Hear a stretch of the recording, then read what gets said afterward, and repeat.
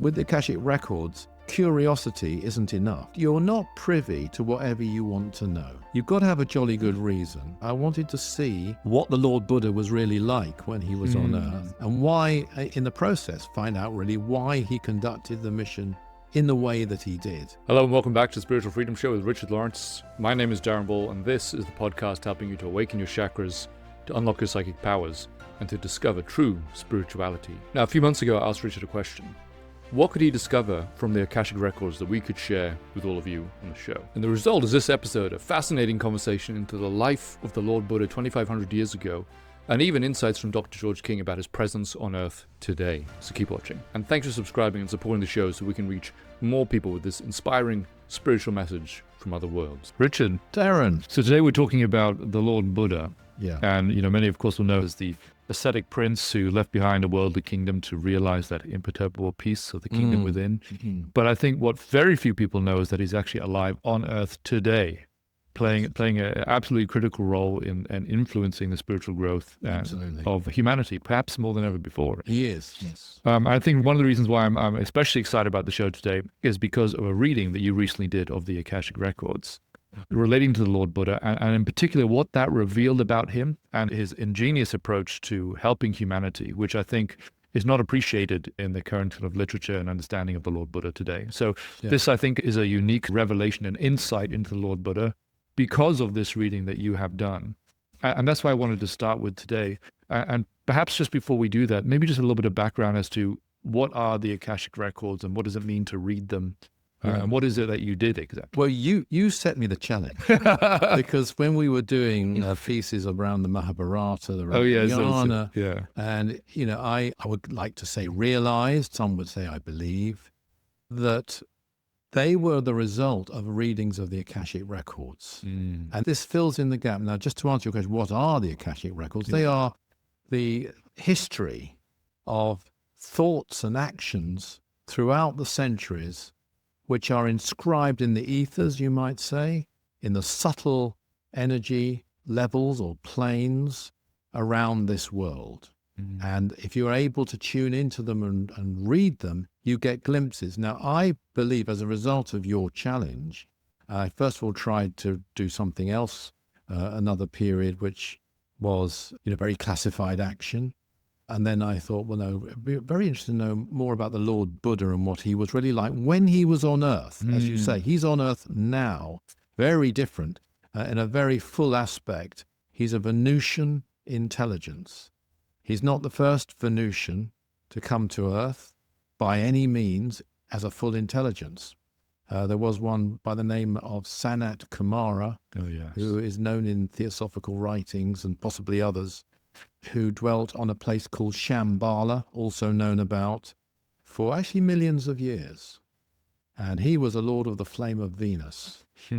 So very, very elevated intelligence. He was replaced in 1956 by the Lord Buddha. This is nothing to do with my Akashic Record reading, by the way. This is information given through the Etheric Society by Dr. George King. Matter of fact, the original transfer, you might call it, between those two great beings, Sanat Kumara and the Lord Buddha, was described in a transmission at the time through Dr. George King. Tragically, it has been lost through no fault of Dr. King, so we don't have that wonderful description that must have existed of what the Sanat Kumara actually looked like. What a treasure that would have been. But nevertheless, the Lord Buddha is here. He's obviously here for a reason. Of all the great masters, and there have been a number of them who've come to Earth, he is the one considered the most necessary to be in that very sacred position. Now, that position of being what is known as the Kumara of Shamballa is the Shamballa is really you might call it, has been called the crown center of this planet.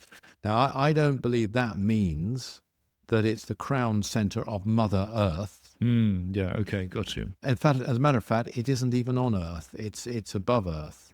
It's what you might call a satellite.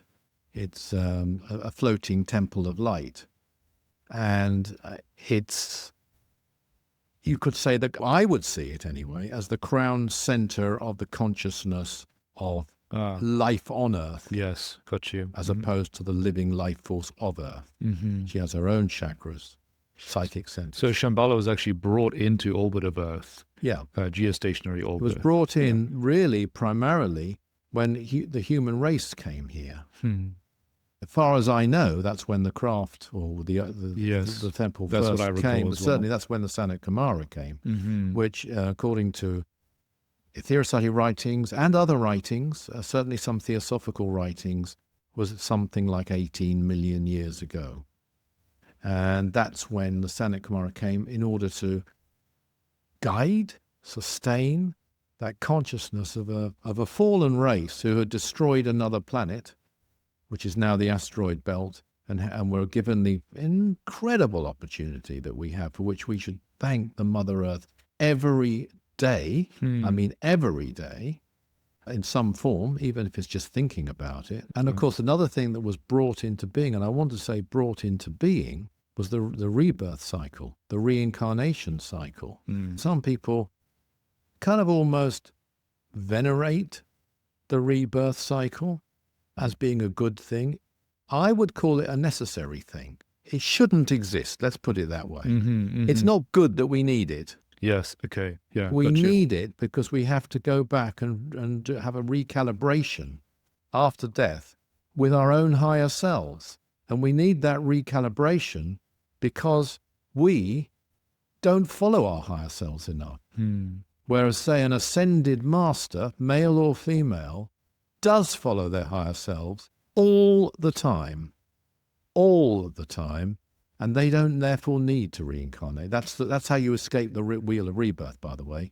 Follow your higher self all the time. Yeah, what a great distillation of all teaching, literally. But I'm diverting from your question, which is the Akashic Records. What I did find quickly was that I'm only giving my perspective, some can agree or disagree on this. You're not privy to whatever you want to know. You can't use it as some kind of eavesdropping mechanism. Oh, I'd like to know about this. And then so in that way, it's a bit like a samadhic state. I suppose it is a samadhic state, really. In that, in samadhi, your conscious mind isn't saying, oh, I think I'll meditate on a hedgehog, or I think I'll meditate on a mountain. You know where to take your consciousness. You are guided at that time by your higher self. And so with the Akashic Records, curiosity isn't enough. I see. It may not even be a good thing, Must be a depending reason. on your motive for curiosity. You've got to have a jolly good reason to do it, and you've got to have permission to do it. And even if you have permission to do it, you'll be given the knowledge you need. And it won't necessarily be prying on people and petty matters and things like that. You'll get the broad outlook. So I set out to do that. I wanted to see what the Lord Buddha was really like when he was on Earth, and why, in the process, find out really why he conducted the mission in the way that he did. Yeah. So, and I've got some notes here, or unless you want to ask. Yeah, often he's. I mean, certainly his path is portrayed as a very inward one. So focus on contemplation, going within, and not selfish per se, but it's certainly not necessarily focused on the proactive path of service. And what would you read into what he was actually trying to achieve? Well, I think, as you often find with avatars in general, they are much more than their adherence later and the path that emerges later becomes. So personally, I think that the Lord Buddha stressed meditation because he absolutely knew. What I discovered, my take on it from reading the Akashic Records, which, as I say, is different from your own memory, because you've got to read into the universal mind belt and pull the information that you are deserving of and that you're going to use in a good way to yourself. So first of all, the thing that came out absolutely like, whoa, was just how intelligent this avatar was in his earth physical body. And we know that it's kind of well known that he could handle pundits and pandits, whichever they happen to be. I don't know. But he was as was Jesus, by the way. There's this tremendous link, by the way, between the Lord Buddha and the Master Jesus that people don't realize. Yeah, I mean. And they, in fact, according to Dr. King, they are brothers. They are known as brothers in the mystical sense, again, not in the familial sense. Yeah. And they're very linked. And actually, Dr. King said even there's a likeness. He's seen them both. And there's a likeness in their features. So the Master, but the Lord Buddha, from what I got, was incredibly intelligent and extremely psychological. You mean in terms of his He had a real understanding of human psychology. Got you. Went right into it, went deep within himself. Coming back to what you said about the inner path, which is what he's known for, he did that for a reason. And it wasn't, I've got some notes here about it just from my memory, so that's what I'm looking down at. He didn't just teach people meditation for its own sake. He taught them so that their inner self would come to the fore. And he knew that the result of that, of their inner self coming to the fore, would be greater compassion. I see. Yeah. So it was a stepping stone. Yes. So what is not understood about some people who follow the Buddhist path, not all, because some do understand this, but is just how much he was a master of love. And that's where he's very, very similar with Jesus, who could also think on his feet, by the way, brilliantly, outstandingly, in a corner, that he is without sin cast the first stone. What an outstandingly brilliant remark by Jesus. Yeah. They both had that. The Lord Buddha, who's regarded as the elder brother of Jesus, by the way, in those mystical circles, he knew that if he got people really to go within, then they would tap, I'm going to put it in my word, this isn't what I got from this reading, their higher chakras, which would open up the heart center more and greater love would pour forth. That's how I would see it. But he knew that compassion would come to the fore. And also he knew that if he got people to become non-attached, to give up personal attachment, which he stressed, that then the result of that would be greater love. Because love comes from a high degree of detachment, from selfishness. And then you're left with this love. Create a vacuum and it's filled. And if you create a vacuum in your selfishness, you reduce it, you reduce your personal desires down, that is then filled by universal love. I've never heard it explained like that before. Actually, I think it's a beautiful way to explain it, because that's actually a process that someone can follow. You can kind of adopt that in your own life. But just coming back to what you described about the Lord Buddha, I can see how, because it's actually, there's a real change that takes place within the person when they go through that going within process and they're activating the higher chakras. They are changing. And it's as a result of that change, naturally, as you say, that the higher self comes to the fore. Absolutely. So you have this natural expression of this this love from the heart center, and which manifests as an unconditional service, a desire for this unconditional service to others. So absolutely. So it's like, the change that he and other avatars would come to Earth to try and bring about, which is our realization of oneness and this devotion to service, can be made to happen through our own transformation that happens. Indeed, and the different avatars have different specialities too. And for example, Dr. George King's absolute speciality is karma. Yeah. Okay. And so he's a karmic strategist. Yeah. Not saying he does understand people, they all do. But that wasn't his main focus. His main focus was on karmic strategies to solve the problems on Earth and solve the involution of individuals and make them evolve more through the right karmic moves and actions. It's a really interesting way to look at the different avatars, isn't it? Yes. Through their speciality. They are different. Some people think all masters are the same. They are not. They are more different than ordinary human beings are different. They have their own distinctive approaches. And I would say, based on this reading that I did, is that the Lord Buddha, among many other things, was a brilliant psychologist. And it's interesting to me on those grounds that he's here now.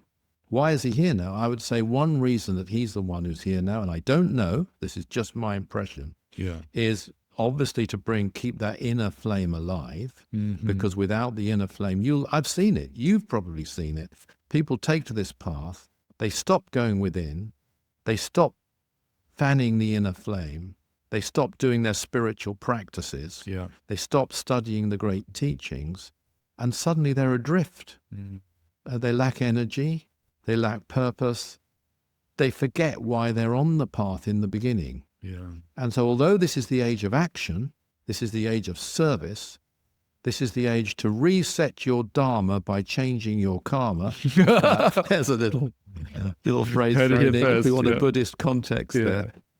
Although all that's true, you have to also go inwards. And maybe one of the reasons the Lord Buddha is here, probably, I'm sure not the only one, may not be the main one, but is to keep that inner flame burning in the consciousness of humanity, because what flows from Shamballa affects the consciousness of the human race.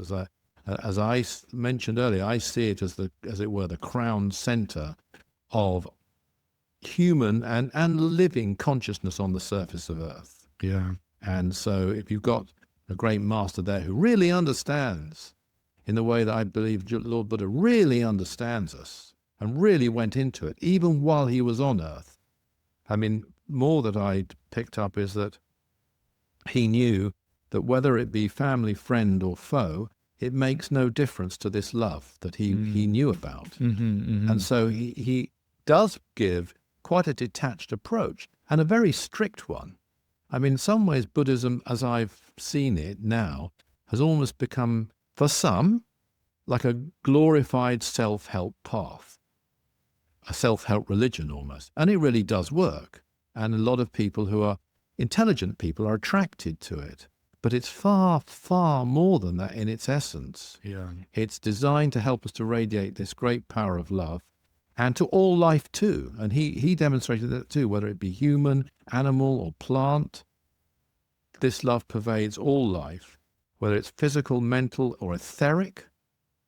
None of these barriers matter. Yeah. And this is something that he, I think, really understood and understands.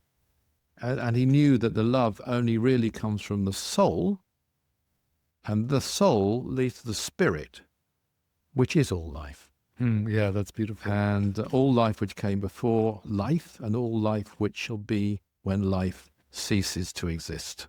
Gosh, I love that expression. But the Lord Buddha, yes, just to give you some idea what I picked up is that he could analyze, and this is the human man, the man in a male physical body who'd been born through the womb of a woman and had given up a kingdom, let's remember, and a family. Yeah.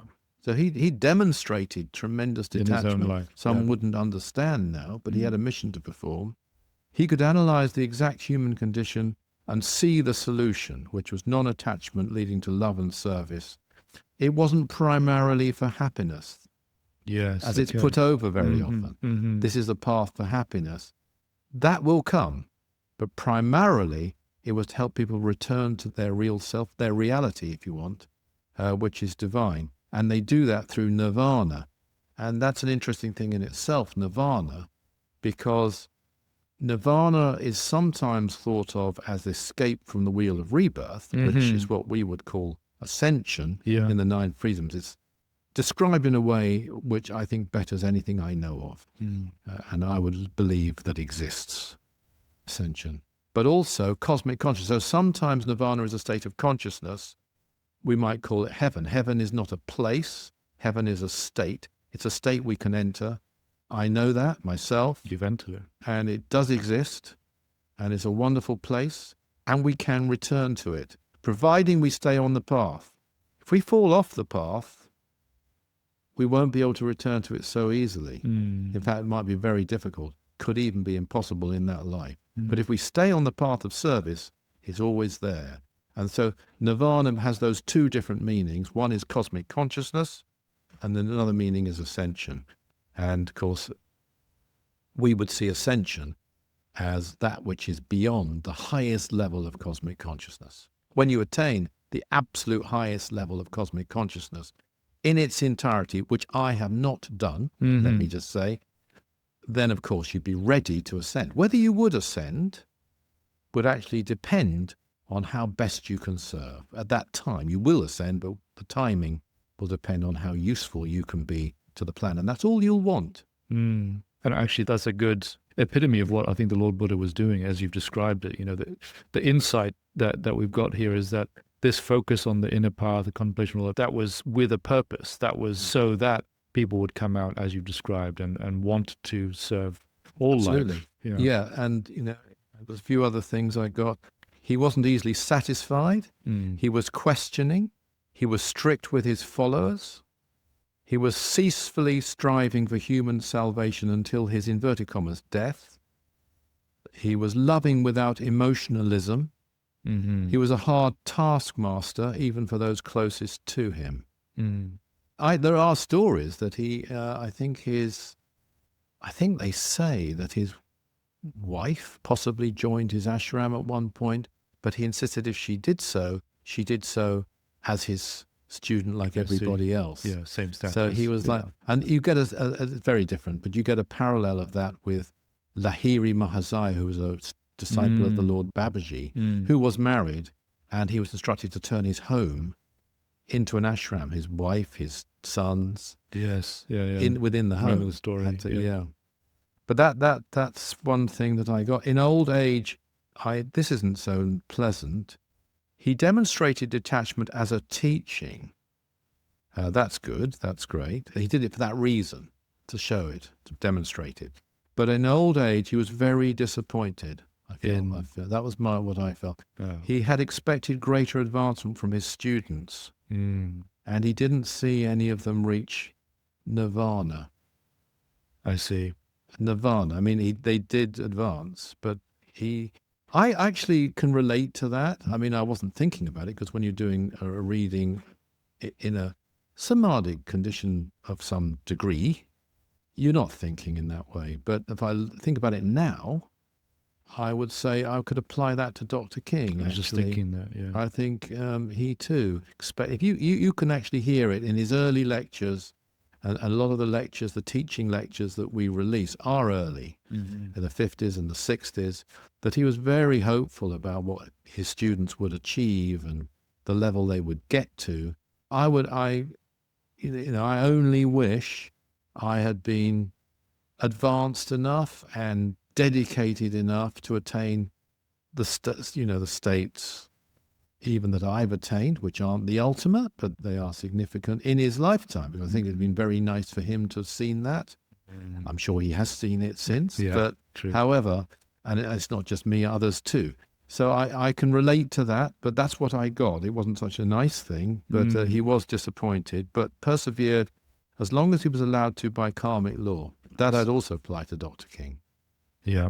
Totally. Because he lived, they say, into his 80s, I believe, the Lord Buddha, which is quite an age then. Yeah. He was frustrated by intellectually driven pundits because they were frivolous. He found them to be frivolous. And even I can relate to that nowadays, the frivolous stupidity that you encounter when trying to put out great truth sometimes. Yeah. They weren't really seeking truth, but seeking to win arguments, he found. And get intellectual gravitas or win points. So sometimes he would respond with silence. I think you've got a great that's example true. of That's that. true. I'll hand over to you on that. Well, this is actually a story that Dr. King told in probably more than one of his lectures. I think he told it often. But he recounts the story of a disciple who once asked the Lord Buddha, "Master, what is reality?" And the Lord Buddha did not answer him. So the disciple said, "Master, I ask you again, what is reality?" And the Buddha did not answer again. So the disciple now, with his limitation, a bit annoyed about the whole thing, felt he should have an answer. And he insisted. He said, "My Lord, I've asked you before. I've asked you twice before. What is reality? I now ask you a third time." And the Buddha said, "I have answered you twice." Brilliant.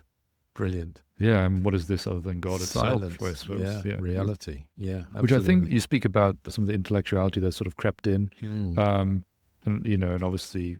I think that's something that is not really true to the essence of Buddhism, and certainly neither is this belief that there is not God per se. I think that's probably another area that's crept in that doesn't reflect what the Buddha believed or understood or realized, because how could you have someone who knew the great I am and yet doesn't make any sense at all? I mean, doing this, I must say, it was a result of you challenging me. And I thought, I'll try and do something that's useful and interesting and relevant. Yeah. Because Lord Buddha is here now. It does matter.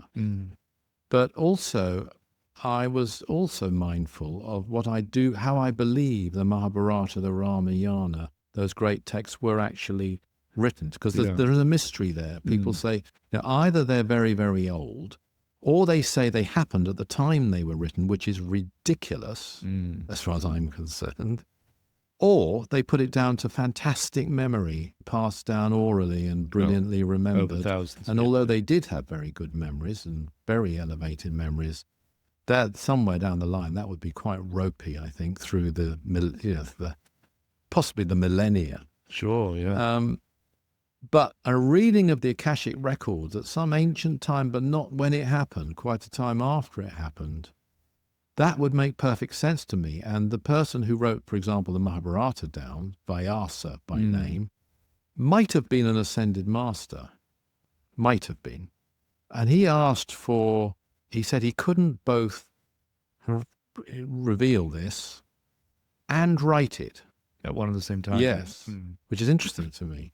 And so he was told he'd be helped, and the person they say helped him is Ganesha. But then it would go through, even then, as the Bible does, reinterpretations. I mean, the idea of, animals going in 2 by 2 in Noah's Ark is just somebody's childish idea of how they're going to preserve the animal race and the continuance of life. It's not required, but that was their idea. And so you can see this from the positioning of the whole thing in India. This was a global catastrophe. Even the Mahabharata says, I think, 1.6 billion people died. Well, we haven't had 1.6 billion people on this planet in history that we know of post-Atlantis. So it doesn't add up. It was clearly a global conflict, but it was somewhere down the line, these local ideas came in, it became Indian, it became solely Indian. I'm not saying it wasn't Indian, and of course the Himalayas was the main place in those days for the ascended masters, so very, very important.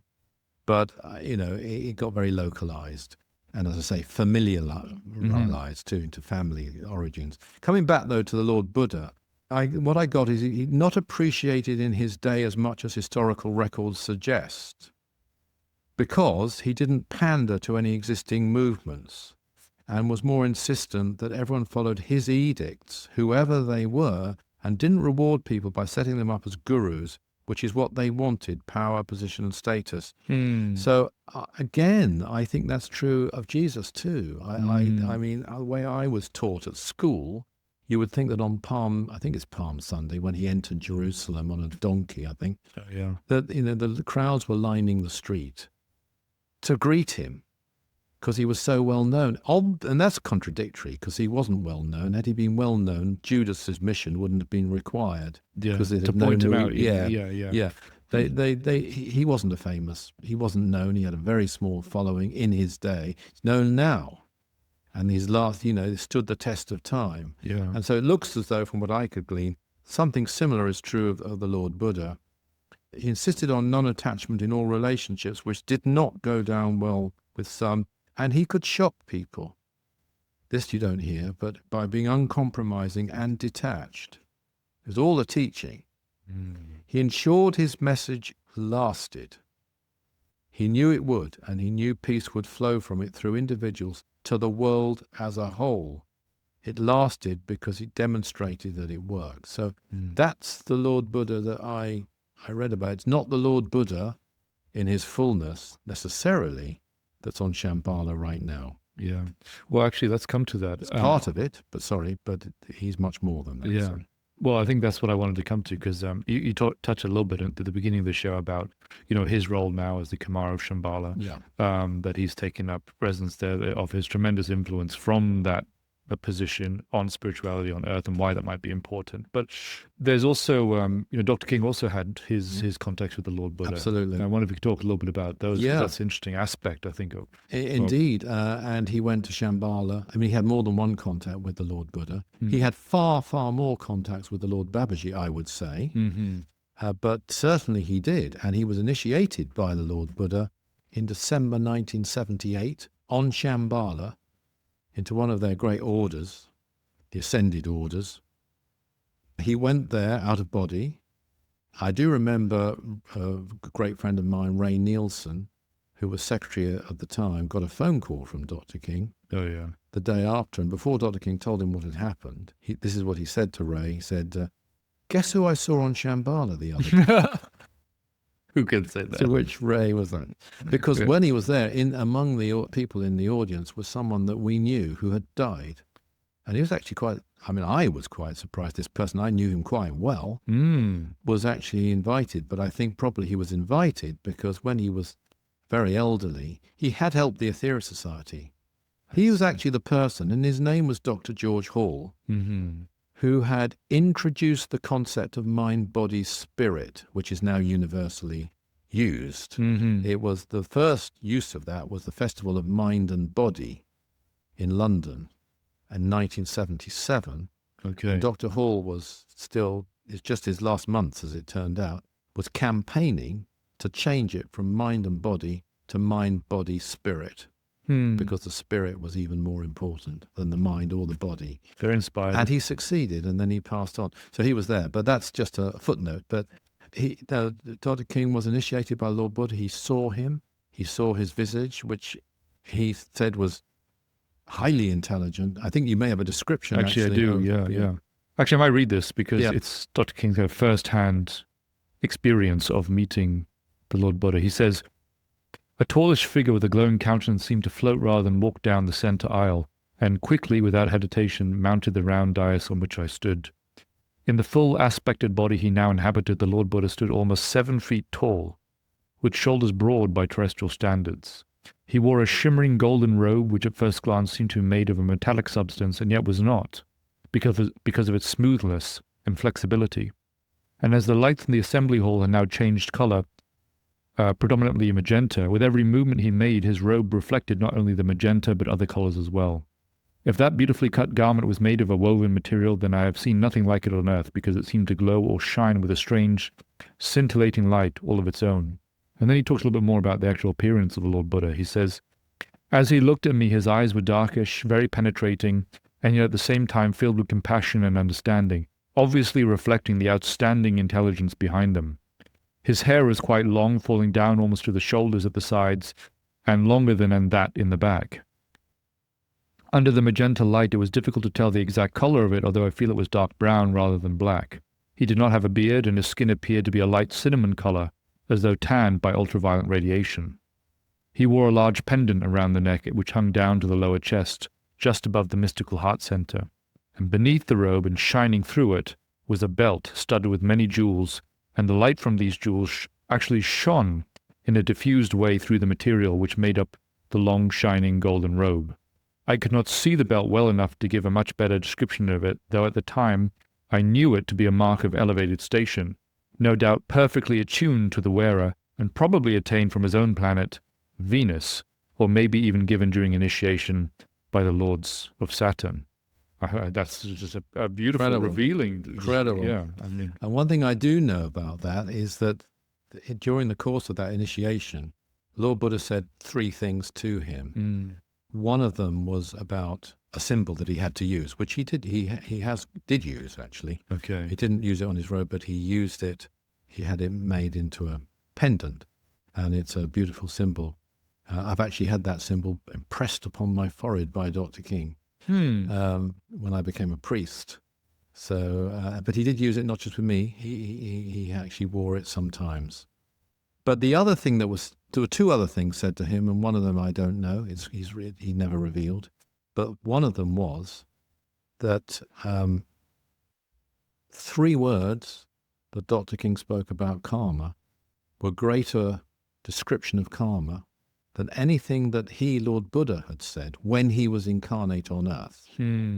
So he said this to Dr. King. He said this to Dr. King, and the 3 words were, karma is pressure. Because that's a very descriptive term for it. It's pressurizing us towards conformity to God's will.